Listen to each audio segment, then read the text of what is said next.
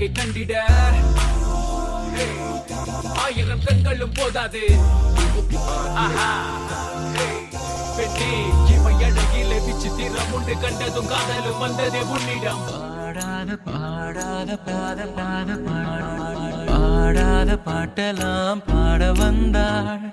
காணாத கண்களை காண வந்தாள்.